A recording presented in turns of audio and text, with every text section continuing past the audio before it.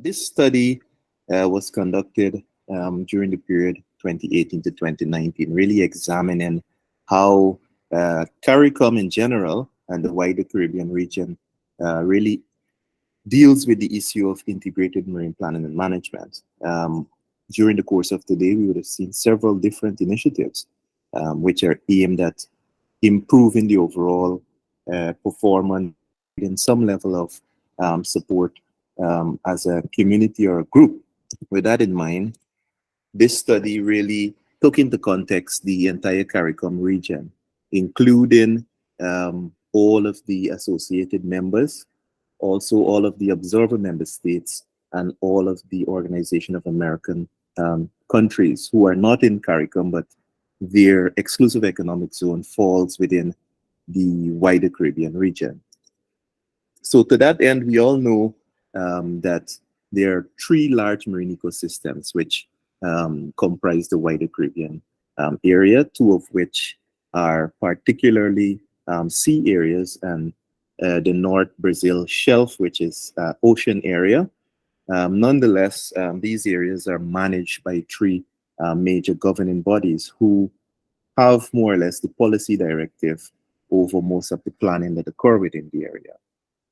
Now, it's important to note that 70% of the entire Western Caribbean region is actually comprised of this sea and ocean space. So we are inextricably linked to anything that happens in the marine environment. So a total of 35 and not 34 countries information was taken from. So Cuba is included as well. And of course, there's a general distinction of 5 different languages within the area. This was taken into consideration during the study because we know that sometimes language can present a barrier. So though there might be work being conducted in Mexico or Colombia, for example, the information might not necessarily be translated into the region, but we did take that into consideration. Now, the overall objective of the study was really to understand how CARICOM and the wider Caribbean region has approached integrated marine planning and management. When I speak about integrated marine planning and management, I'm not just speaking on marine spatial planning or ICZM or any of those particular tools within the realm of marine spatial planning, of marine planning and management. I'm more talking about the overall approach from the bigger perspective. So it has to be from the entity that has jurisdictional power that is shared across the region. Most of this work was done comparing the works that are done in the EU bloc through their MSP directive that they have already implemented. We needed to understand basically what were the main reasons for developing an integrated marine planning and management strategy. And then, of course, what has been going on in CARICOM and the wider Caribbean region with regards to marine planning and management activities.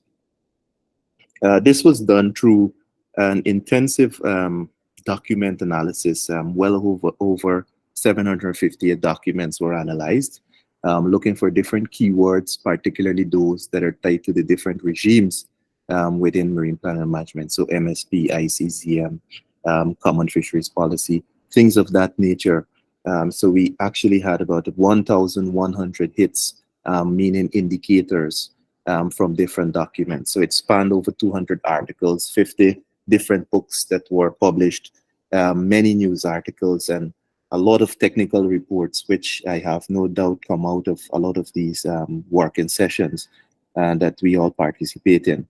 And then, of course, most of the work was supported by some questionnaires which were distributed strategically to different institutions throughout the region.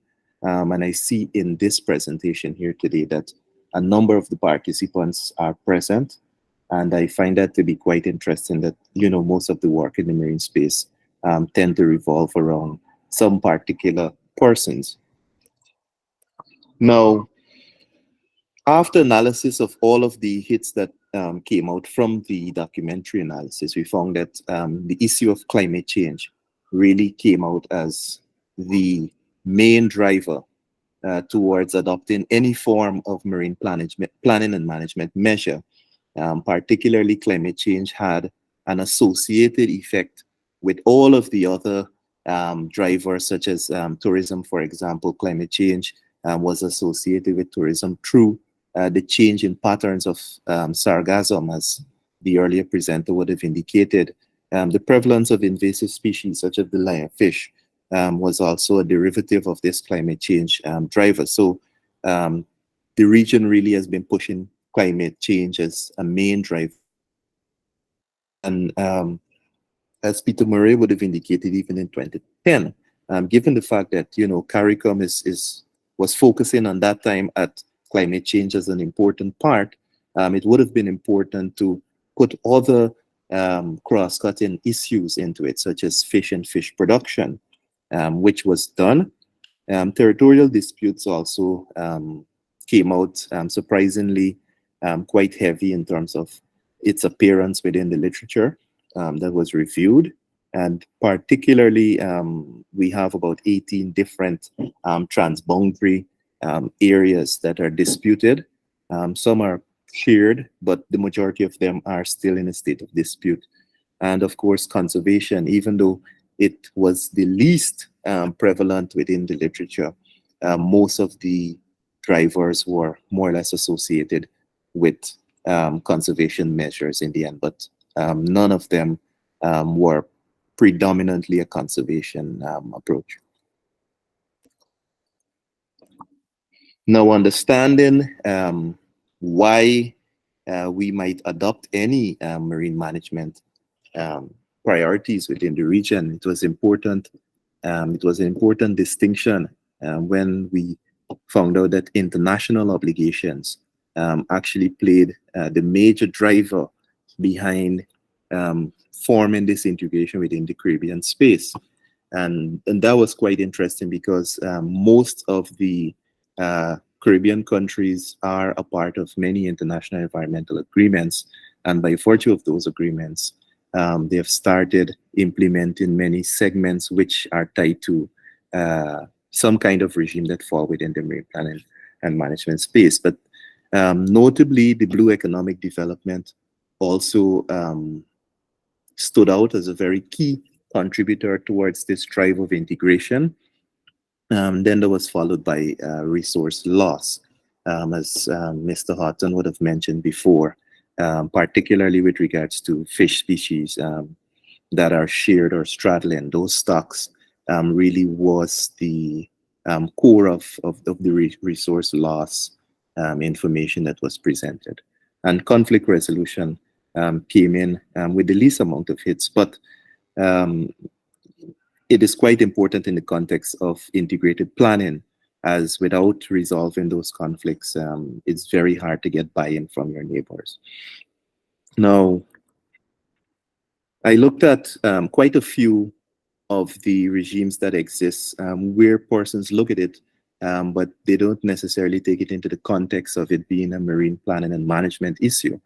One of those was this regional direction towards reducing single-use plastics, of which you can see many countries within the CARICOM and wider Caribbean region actually started different processes. And for countries who are present that probably would have an update on their status, I apologize, this was in 2019.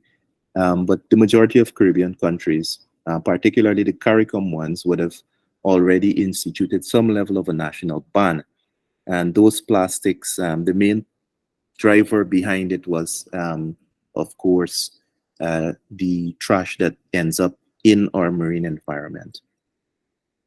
The Caribbean Regional Fisheries Mechanism also stood out as a very key institute for integration, particularly marine planning and management approaches. Many countries within the wider Caribbean region subscribe to CRFM, and they take a notable share of the ocean space, which comprises 70% for all countries. I think CRFM's coverage was about 35 to 40% of the entire ocean space, which is quite notable. Now, many countries would have also signed on to, for example, the Cartagena Convention, particularly areas, special protected and wildlife areas. Now, The protection for areas of importance and interest, a lot of it is enshrined in this particular protocol. Though it speaks a lot to the terrestrial protection, it also extends into countries that are intending to establish marine protected areas, for example, for any species that may be vulnerable or any area that might be of importance. Yeah, I'm just wrapping up now. Okay, great. Yeah.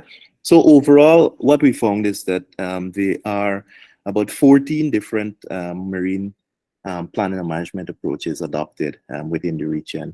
Most of them driven by international agreements and some by regional policy. Very few set up through bilateral arrangements with countries. Suriname and Guyana, I think, was the first to start a direction for a protected share space. And of course, CARICOM and the wider Caribbean region really took governance over 7 of those 14 major initiatives that existed. But importantly, some persons who contributed made some significant statements, particularly with regards to understanding the priorities of marine planning and management and the gaps that exist. Dr. Walcott from Surmis really indicated that, the idea of marine planning and management is not generally understood, particularly by decision makers and high policy level decision makers. And more so, they don't necessarily understand the different benefits that can be derived from such a system. And then, of course, we understood that one of the primary reasons is that we have a lot of fragmented database within the region, particularly for the management of whether it be resources or any institution. Most of those databases are kept separate. And of course, countries have overlapping organizational challenges, particularly where CARICOM might operate, CRFM might operate, WECAF might operate, and ASPESCA. And this, in turn, leads to some enforcement limitations with regards to those policies that are set out. But Dr. Flannery wrapped it up when he said, it's important to understand how and why we are integrating. Because if you are to take approaches that integrate different segments of the marine environment, it's important to understand that it is not just for cooperation. Because if you do cooperate and you create this plan or program, you need to enforce it, or else you will miss the opportunity which marine planning and management would bring.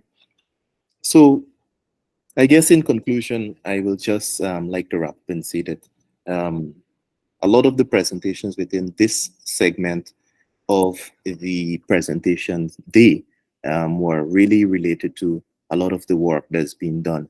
And we really would need to work more closely to establish an overarching framework that governs many of the policies that we currently subscribe to. And that's it for me in my presentation. Thank you. All right, thank you so much, Mr. Amsterdam, and a very good point to end on. Even in the chat, there's a suggestion from Mr. Horton regarding having another focus discussion. And coming out of this conference, we've seen so many papers and so many areas where collaboration can be increased. So let's see what we can get on and what we can do as we come together. All right, thanks again, Mr. Amsterdam.